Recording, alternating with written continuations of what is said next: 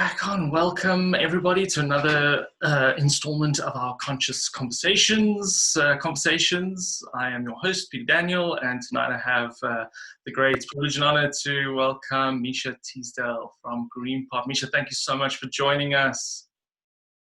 Lovely to be here, Peter, and lovely to see your healthy and shining face once again. It's been a while. Yeah, I was privileged about a year ago to come and join you guys for that epic food workshop, which blew my taste buds and my mind away. And yeah, I'm always excited to be collaborating with you in whatever way. Awesome. Yeah, I was actually going to say that's the last time we saw you was at my house here on the Garden Route for my Elements of Health course. And wow, how the world has changed since then. I mean, there were a lot of events that I was planning to do over that time, and I'm sure you had a ton of events too. I mean, how has this impacted what Greenpop's been doing? How have you guys been getting through it? So yeah, that's a big question, actually. I mean, we're very much a restoration organization. We plant a lot of trees and do ecosystem restoration. And a big part of that mission is to get people active and not anxious. So we invite people to come on big tree planting or restoration adventures. And we host two of those every year. One is in March and one is in June, July. And unfortunately, both of those had to be kind of cancelled, postponed this year, which it's quite a big blow. We have a fairly significant audience, and these are people that want to get active and not anxious about the state of the planet. And so to give people this opportunity to put a tool in their hand and to go out there and plant trees and shrubs and essentially see how they can actively restore landscapes, I think gives people a lot of hope. And when you're locked down at home and you've got your internet and your cat and your pot plants, I think it doesn't quite serve the same purpose. So it's been a challenging year for us, but it's also given us some opportunity to pull back a little bit and really kickstart some bigger planning, which has been fun and exciting. And I think we've got some good things on the cards for 2021. Okay, that's very exciting. I mean, that is one of the benefits, I suppose, is that we do get a chance to step back and to see the bigger picture and get into planning and projecting a little bit more. I'm always kind of a positive guy, looking at the silver lining and noticing that lockdown meant less airplanes flying around and maybe a little bit of reduction in carbon dioxide being plonked all over the planet.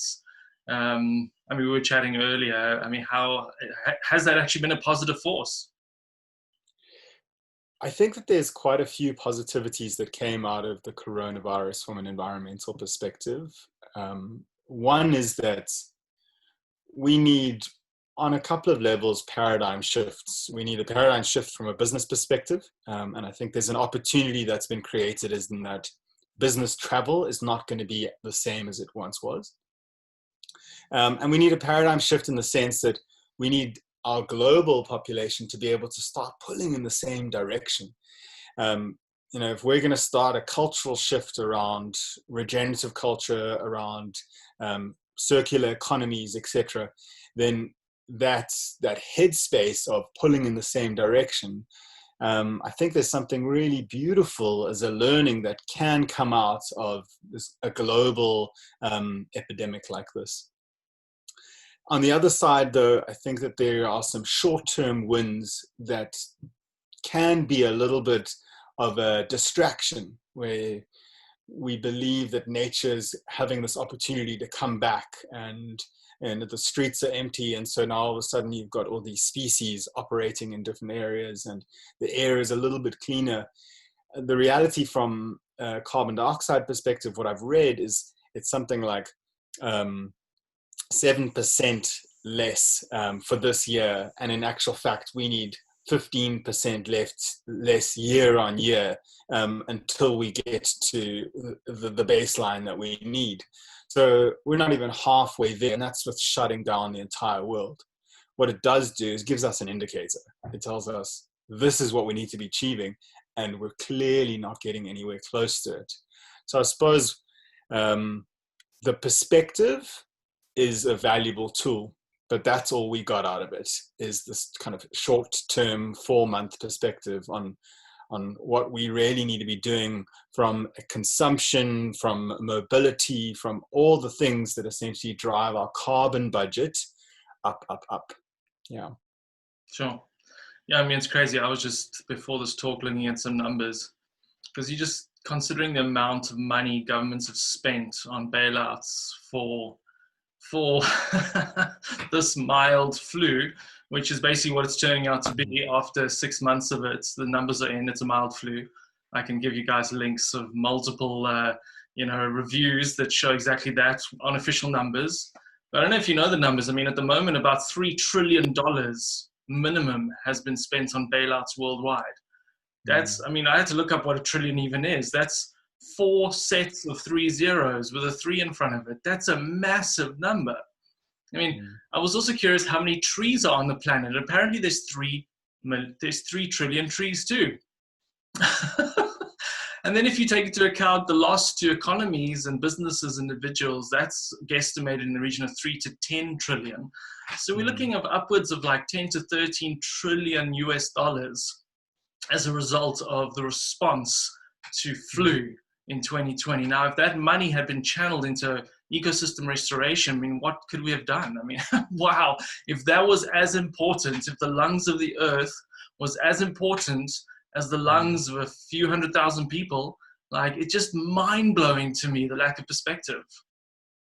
Yeah, I think this development conversation, it extends into many things. I mean, if you look at the budgets of major international kind of Hollywood films, if you look at sports teams in America, there's one sports team in America that what they pull in one season, if you had to times that, I think it was by 6, that's the total budget of Africa's development spend required for it to get to a level of no poverty, like all the markers, just 6 times.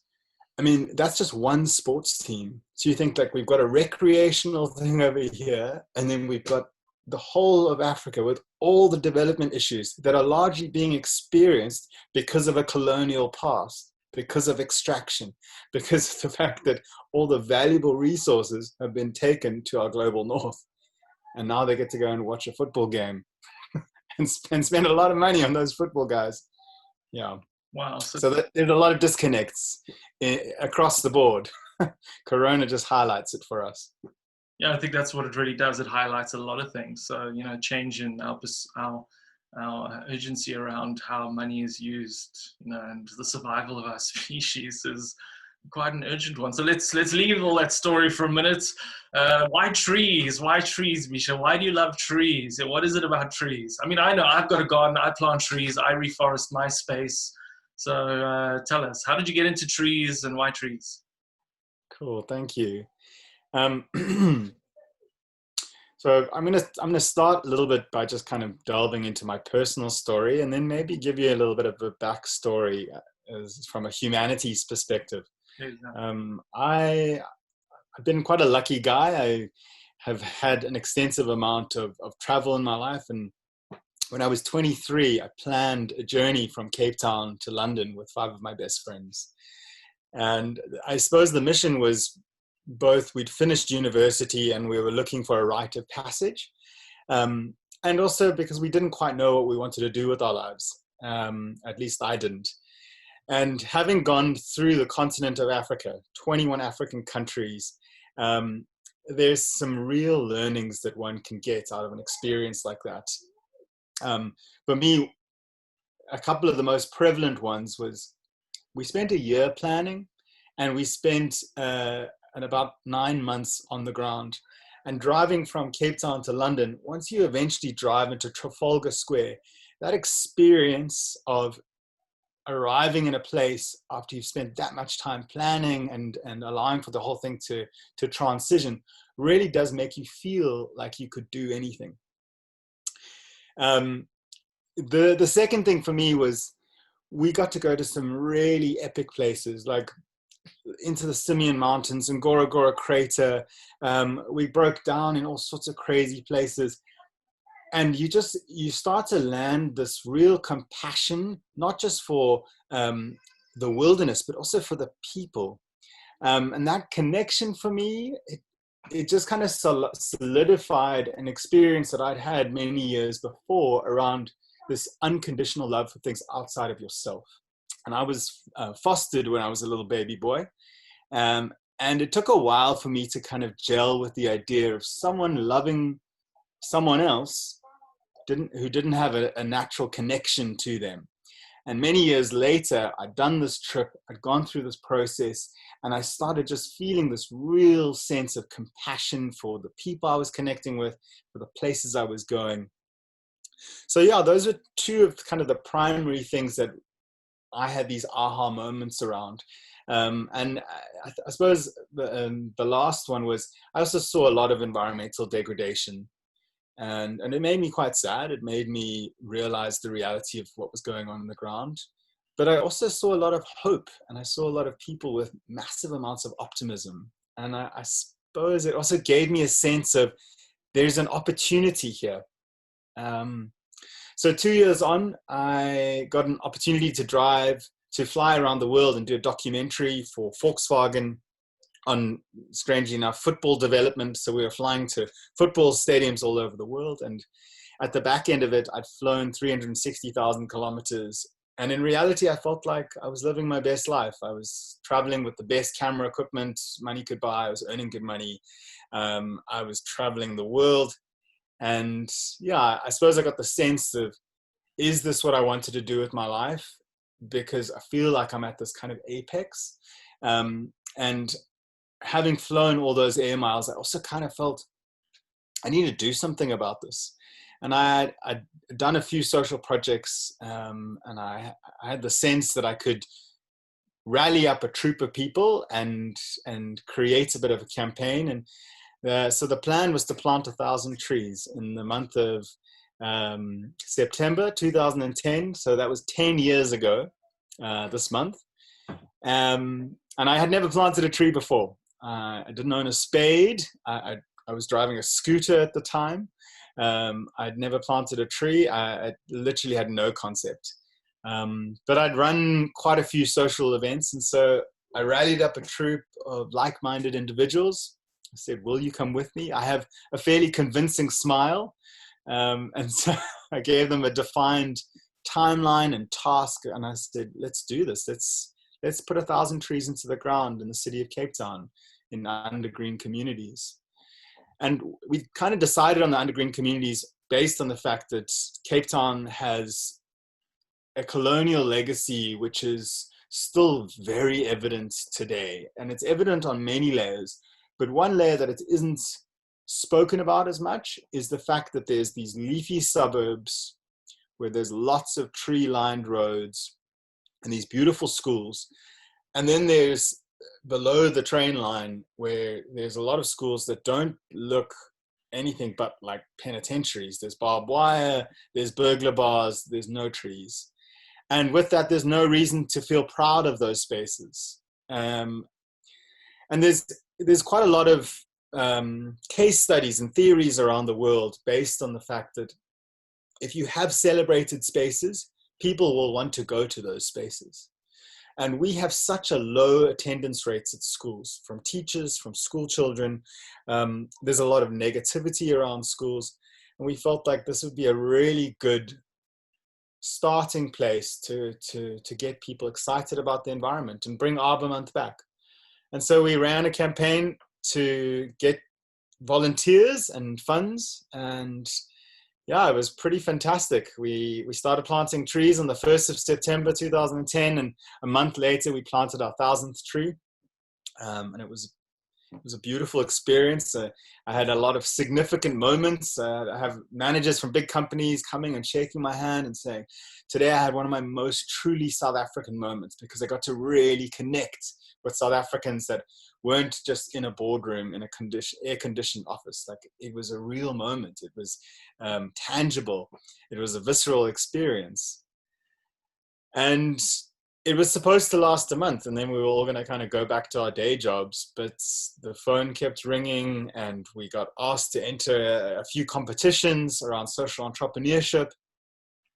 And we had a bunch of companies contacting us saying, we'd like you to plant trees on our behalf on an ongoing basis.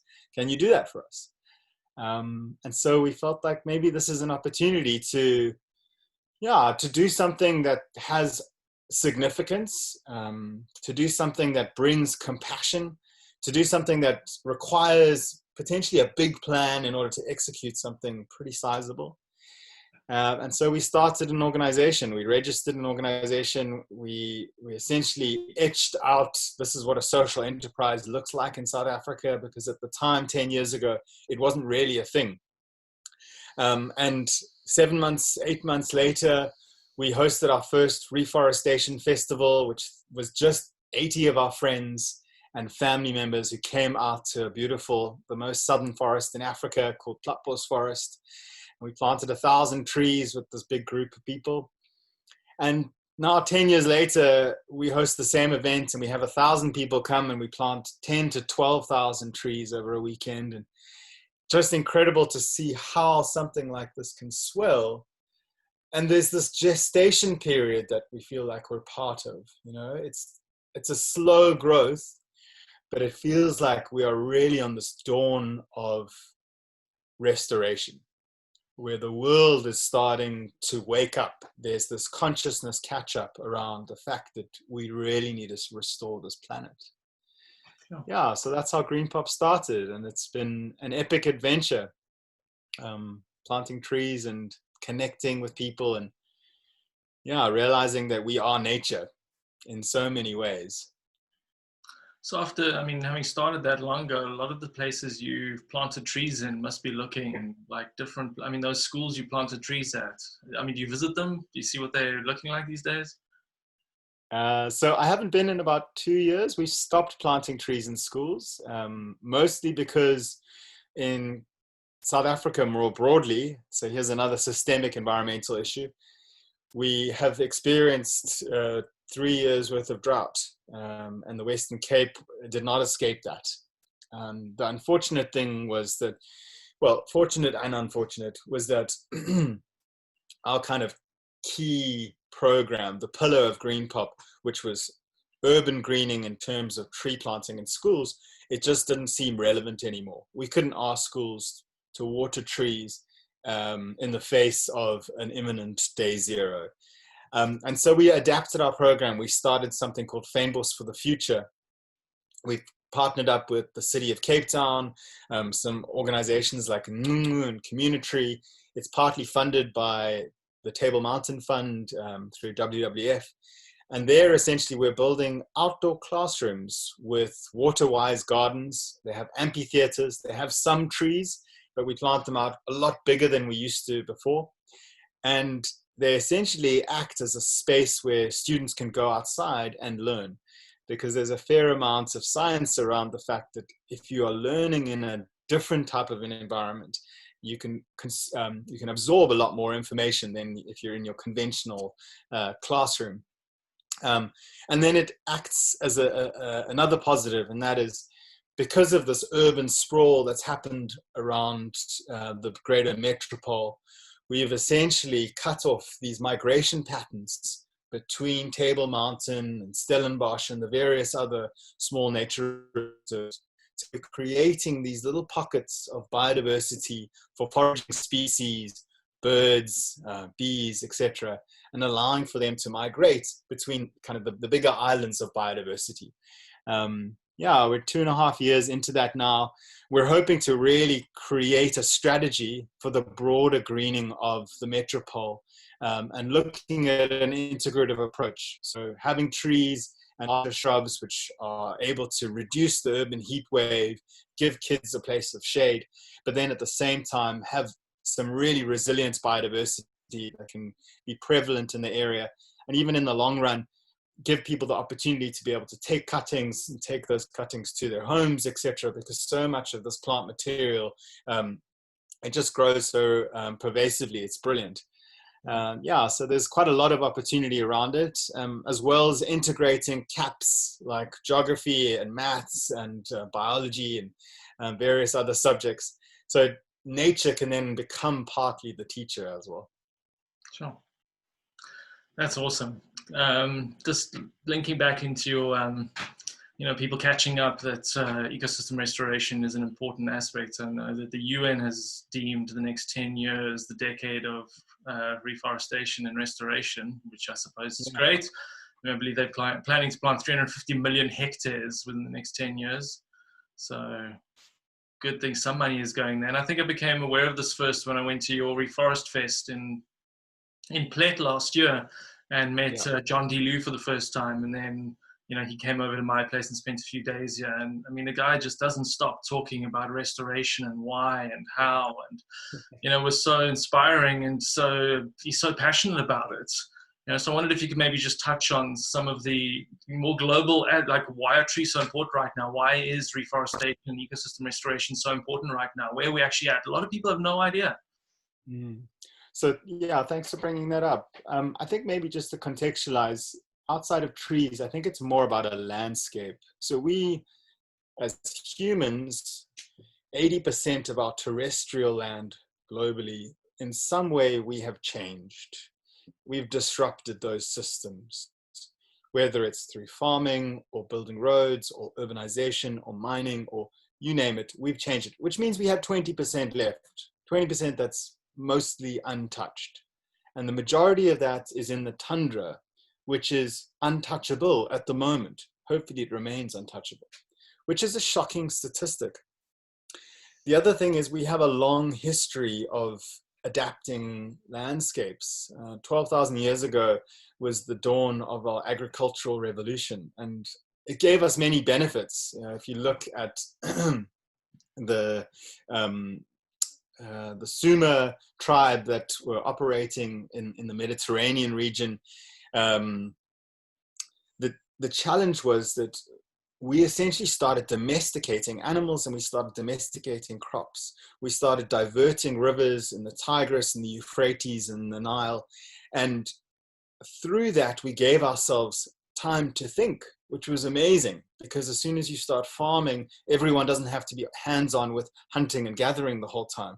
And that time to think allowed for us to develop technologies, the wheel, language, written language, etc., which was really great. But it was also the first recorded collapse of society. So essentially through that process, we silted rivers, we salinated crop areas, and we degraded landscapes to such an extent that that was one of the first recorded collapsing of a society. And this has been now recorded all over the world, where other societies have had a combination of things which happened either through climate change or poor relations with neighbors or degradation of landscapes. And so we've got this history as a humanity of being in a space, populating it, growing beyond our means, removing accumulated biomass, degrading the soils sufficient to that eventually they cannot actually maintain the amount of the populace. And then we have a collapse. But we've got a lot of positive stories as well. John D. Liu's been speaking and collaborating with the people in the Loess Plateau for many years now. And for me, that was one of the biggest inspirations. I was looking at, I think it was something like 35,000 square kilometers, 35,000 hectares of landscape that was essentially restored. Now, Loess means sand. And what had happened was a big flood came. This entire section of China was partly washed away into the Yangtze River. And the Chinese government realized we have to do something about it. And so they put all the energy. They got major international funding in, and they got the people invested in this process. And they managed to convert, and you can look online, like the pictures are astounding. You look at full landscapes of just desert. The screen of the picture now. Full landscapes of just desert. And then all of a sudden it's greened, and it's done this through a process of terracing, of planting, not just trees, but biodiversity hotspots. I think you need to have something like 20% or 30% where it's actually rich indigenous biodiversity. And then you complement it with a sustainable regenerative agricultural approach. So it's not just bringing in big machinery and essentially leveling areas. And there's a few other really amazing examples. Yeah, before you go Curtis on, I Prairie. just wanted to mention this photograph. I mean, it's just, for people to see. They did this in what, 10 years? Yeah, it was, I mean, relative to how long it's taken to get it to the completely degraded state, it really does illustrate that we as humanity were able to degrade, but we're also able to restore. Yeah. And we can restore to such a degree that we can make jungle happen again. We can restore grasslands, we can restore forests. We have the capacity through literally nature-based solutions. So using nature as our teacher, finding the right species, using those species in a successionary way. So you don't want to just plant everything all at once. You've got to find your primary species. They're going to fix the soil. They're going to hold the soil down. They're going to build the nitrogen in the soil if that's what's required. You're able to chop and drop. You're able to start building organic material into the soil. And once you have that, then you can have your secondary and tertiary species coming in. And that's a primary example of how you can take a poverty-stricken area. You know, there's nothing for their grazing animals to eat because there's just no vegetation.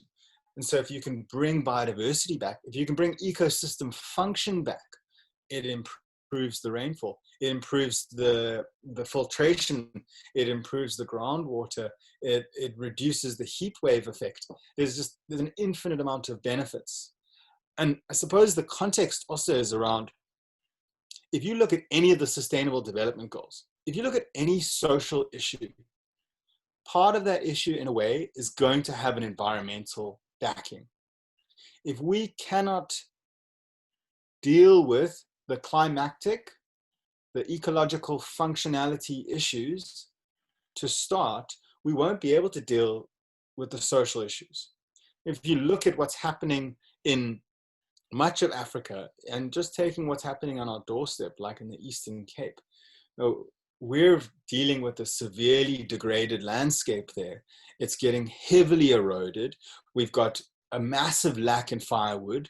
We've got an energy mix, and we've got a massive lack in nutrition. So people do not have a broad enough spectrum of high dense nutrition food. So if you brought some sort of food forest system into that space, you'd really be able to move the needle of what's possible in terms of increasing biodiversity, increasing nutrition, getting that functionality back, and reducing your soil erosion. There, it's a landscape thing, but you're all of a sudden attacking a whole spectrum of issues that they're dealing with. And there's amazing examples around the world where restoration as a means for attacking a massive issue has been hugely successful. And I think that this is why this dawn of the decade of restoration is now upon us, because the powers that be around the world that are dealing with this at a very high level have realized that actually it's so accessible to everyone, and it's so integrative to everything that's wrong with the world. You know, if you look at South Africa in the last 4 years, we've had the drought. Potentially has a lot to do with the fact that we have degraded landscapes. So if you look at the Western Cape in its entirety, it's covered in eucalyptus and pine, run away. So we're not getting nearly as much filtration as we used to get. We had the Hurricane Ida that hit the coasts and literally wiped out Mozambique, Malawi, and a few other, like the tip of South Africa. We had those massive fires that came through Knysna, Plettenberg Bay, you name it. These are all environmental issues, but the plasters that are being brought out are not environmental plasters. They're not systemic solutions that are starting to come to the fore. And that's a big challenge.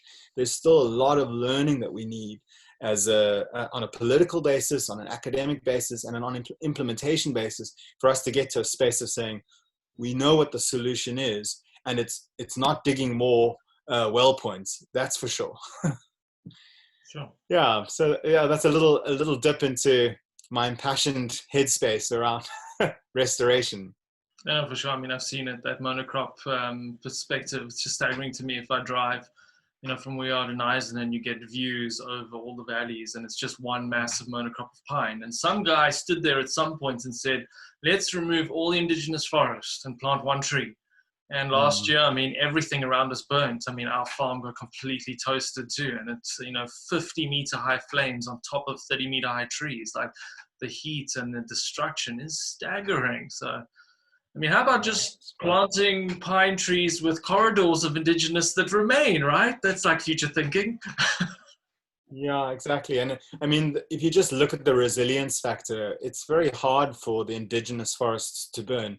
The fringe forests, those ecotonal areas, they will burn because unfortunately it's not just fynbos, which is a relatively short shrub, which doesn't burn incredibly hot like eucalyptus and pine, which has a lot of oils in it. And so it does get damaged, but it naturally does not burn. So it does act as a protector for humans in a way. If you're surrounded by indigenous forest, it's very unlikely that you're going to be negatively affected by things like wildfires. So in a way, there's an inherent resilience that you're able to build in by restoring your degraded landscapes here in South Africa with the right kinds of species. No, I had the opportunity to see that. Just after the Knysna fire, I had to fly to Joburg. It was a perfectly clear day, and we flew over. And I mean, the fire burned like, I think, a few weeks before. And the indigenous forest was perfectly intact with like a little ring of like brown, but everything else was toast. I mean, it was so obvious.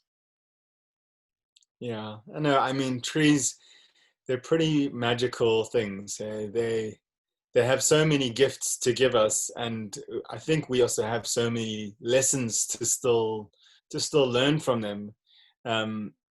There's a lot of science and pseudoscience out there, which has been quite remarkable. Better understanding what trees represent and the gifts that they can give us. And I think one of them that I've been taking a lot of value from is the time perspective. There's a tree that I recently visited not too far from here. It's a milkwood tree, and it's estimated to be over 1,000 years old, near Hermanus. And just that perspective of standing still for 1,000 years, not moving, just allowing for weather systems to wash over you, having that resilience, having that capacity to be able to just be. I mean, isn't that an incredible gift, with us humans just busying around and getting all these crazy things like cancer and viruses and whatnot. And that tree is just chilling. I mean, that tree was around 1,000 years ago. What was happening 1,000 years ago? It's a pretty remarkable thing. I recently watched Fantastic Fungi. I don't know if you've seen it, Paul Stamets's movie on mushrooms.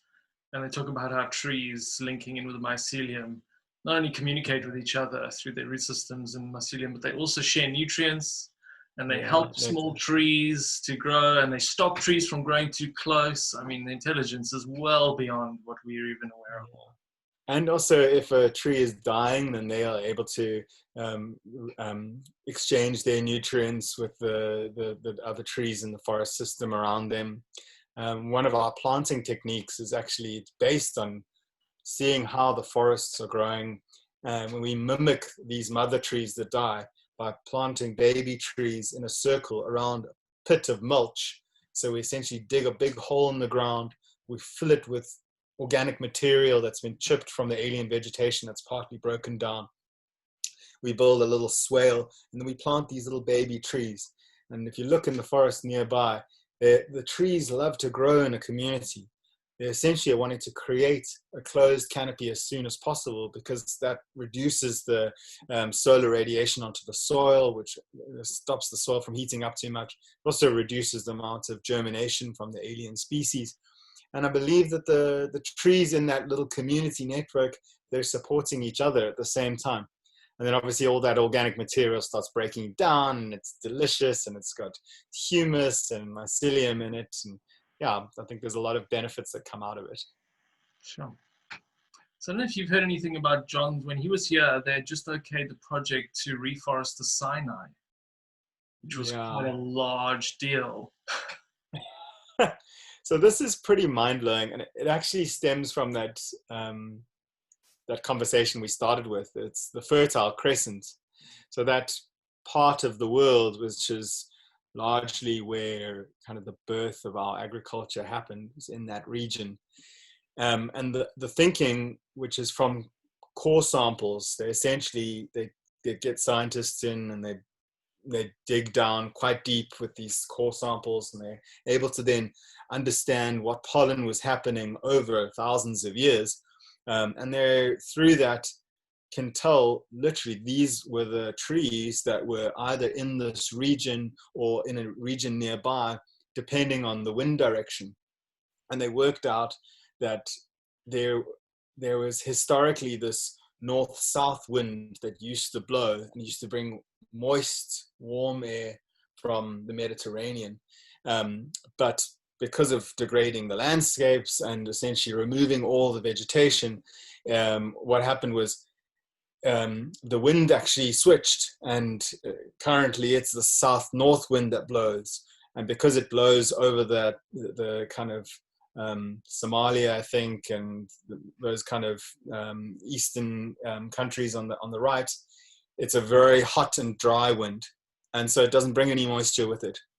And so their plan is literally to start removing all this really rich humus soil from the lake right at the top. I forget the lake's name.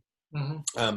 Start planting species that are able to handle the salinity of the soil, and slowly but surely start moving up this hill in the Sinai. And I mean, if they undertake this, it will be the single biggest restoration project ever to be done. And they've got some really considerable backing in terms of partners, etc.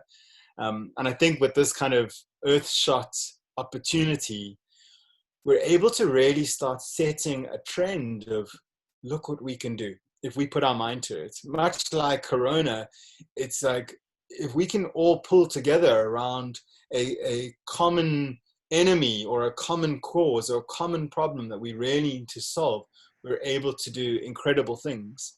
And I think that that's largely been the biggest curse of climate change, is that it's so difficult to pin something, so difficult to pin it on one thing that we can all pull on. And that's why restoration is such an asset, because we can focus our energy and our minds on a landscape where it's tangible, where we know the outcomes and the science already exists. Yeah, very, very exciting stuff. Sure, that's fantastic. I mean, I've always been like, I don't understand why we don't consider biomass to be the most valuable currency on the planet. I mean, it makes sense, right? If we lose biomass, we lose life, the planet is dying. If we increase biomass, we increase life, the planet is living. I mean, I went as far as to drafting a whole little story on how we should link this to cryptocurrency. It's just an agreement. I mean, they got cryptocurrencies linked to the price of gold. I mean, it's as arbitrary as linking it to biomass. You can measure it all right now. So... Yeah, I mean, this is the biggest human fallacy, really, is that every single product we consume, own, use, at some point was a natural resource. No value is put on that natural resource outside of its commodity value.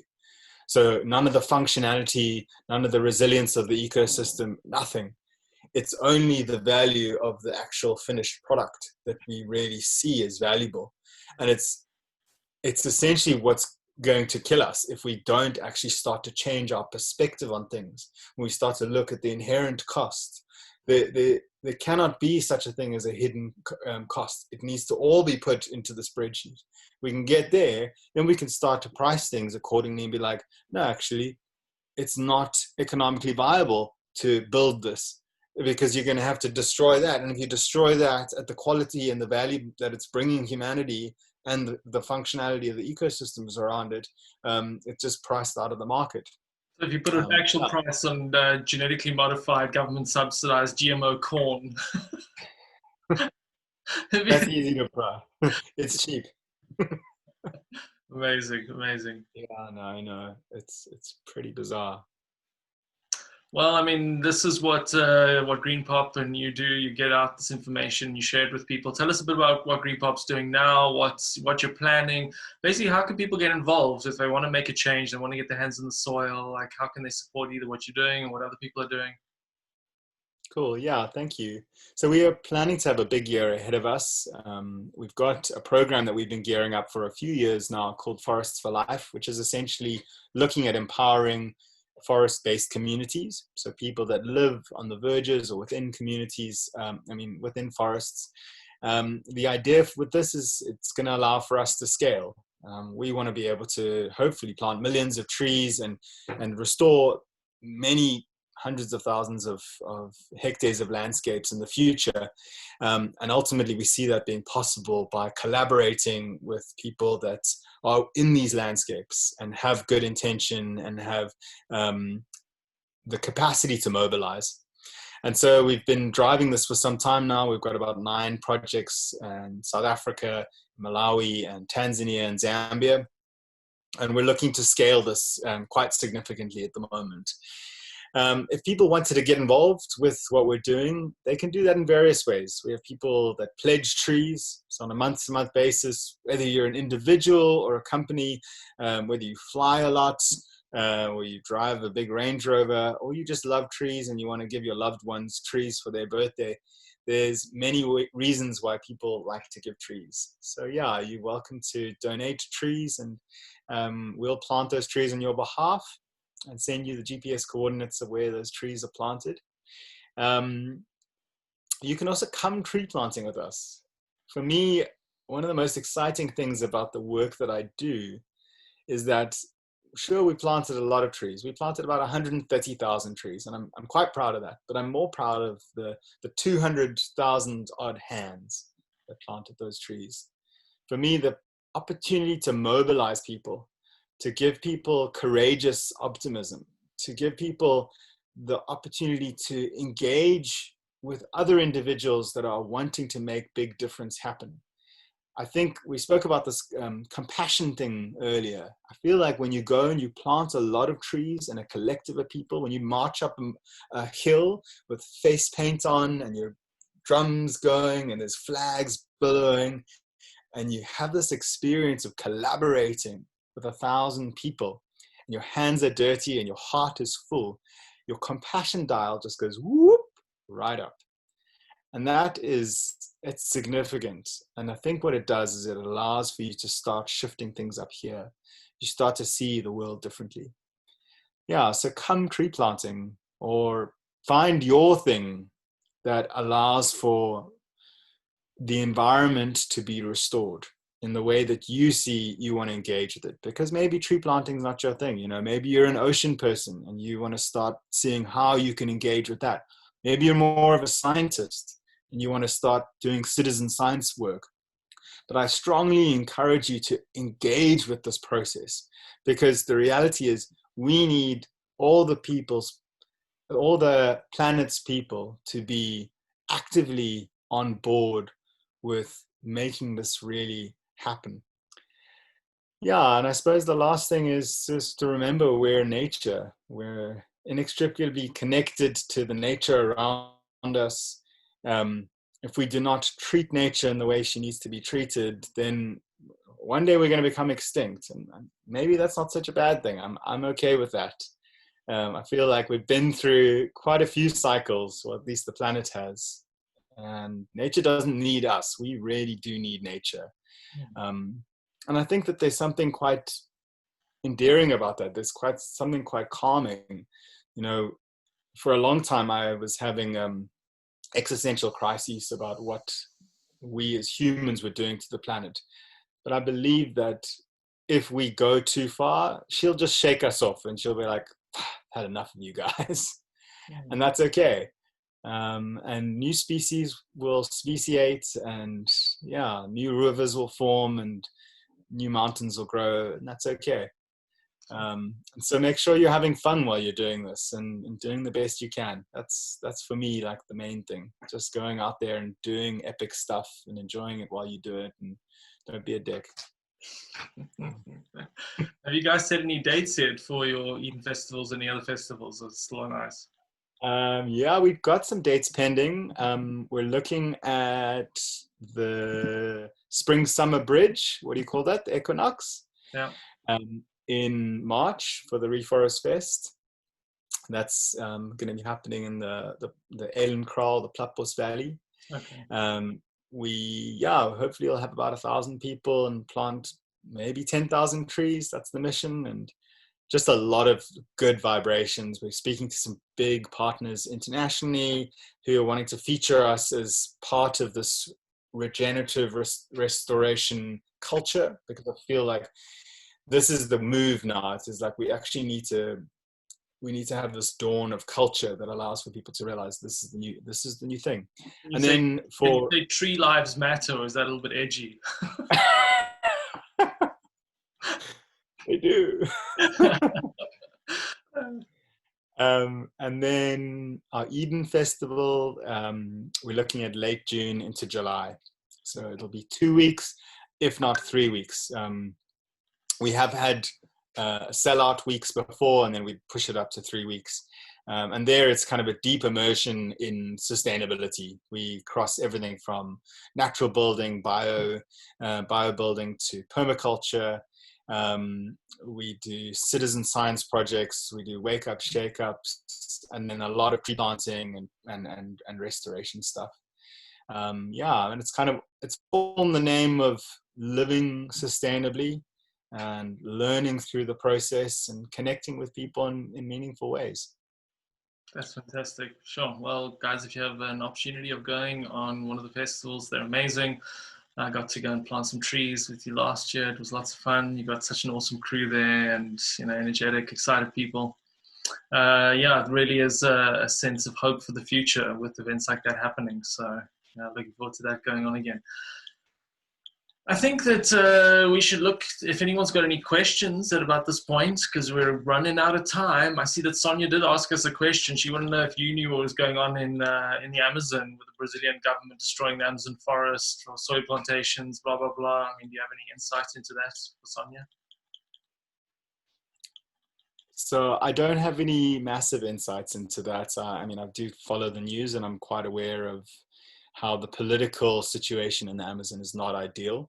I think it's a very contentious space, and I don't necessarily have enough information, because it's possible on both sides that things get conflated. And so while I don't want to back up the political side, I feel like I'm probably not the most equipped person to understand the full complexity of it.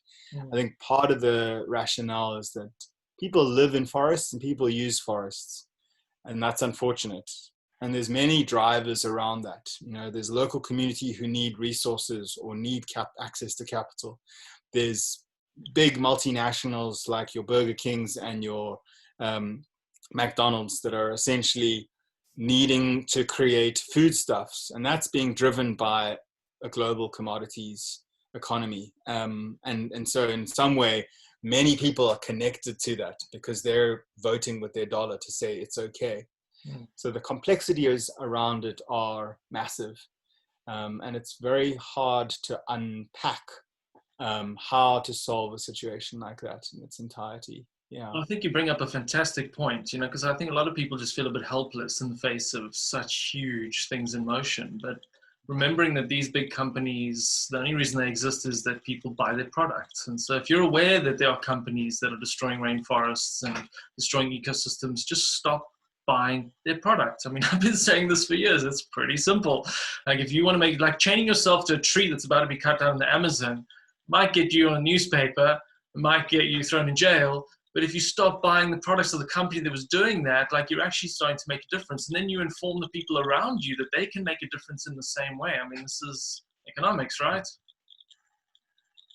Yeah, exactly. I think the capacity we have to vote with our voice and vote with our rands is pretty significant. And the only way we start to shift things is essentially being the troublemaker, is being the one that says, I'm not actually happy with this situation and we need to change it. And the world changes. It does. We've got a lot of great technologies like Avaz, like the likes of Greenpeace, who are making big noise about these polluters and about the multinationals that are making this damage happen. But they're only doing it by virtue of the fact that people like yourselves are out there voting or petitioning or engaging. In order to be an active citizen, you actually have to rock up. That's the thing. You have to be willing to sacrifice. You have to be willing to give time to it. You can't just be a game changer and expect miracles to happen. The game changing comes with pain and sacrifice and being present in a beautiful way and being curious as well. Every time you pick up a product off the shelf, it's your responsibility to look at the back of that product and say, where does this product come from? And who is connected to this product? And what am I essentially allowing by bringing this into my life? And that's the interesting thing about the world we live in right now, is because we do not have an authentic enough system that gives us that information. We've got to find it ourselves. That's a profound process, asking those kind of questions. I thought of a great slogan for your Eden Reforest Fest next year. You can say, face paint, not face masks.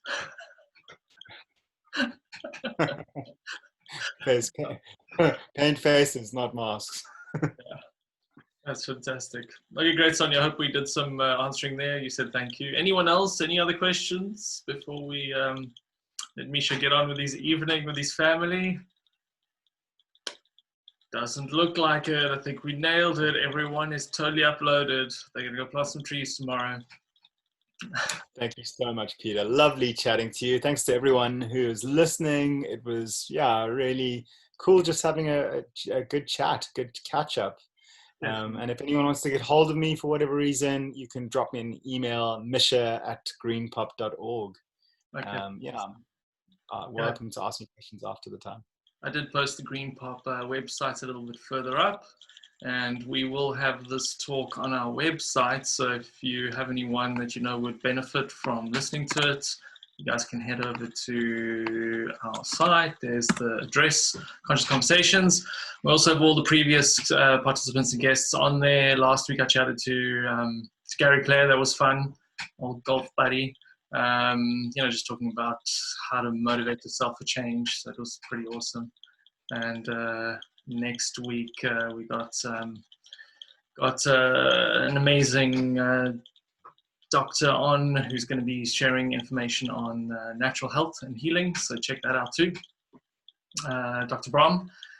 And thank you so much for spending the evening with us. I'm going to unmute everybody so that we can all say good night and goodbye. And thank you. Let's see. Good night, everyone. Good night. Bye. Thanks, everybody. Good night. Bye. Thank you. Thanks, Peter. Have a lovely evening. Yeah, you too. And lots of love to your family, and hope to see you this side of the world again soon. Yeah, maybe in December. Nice chatting. Excellent. Yes. Okay, ciao. Bye.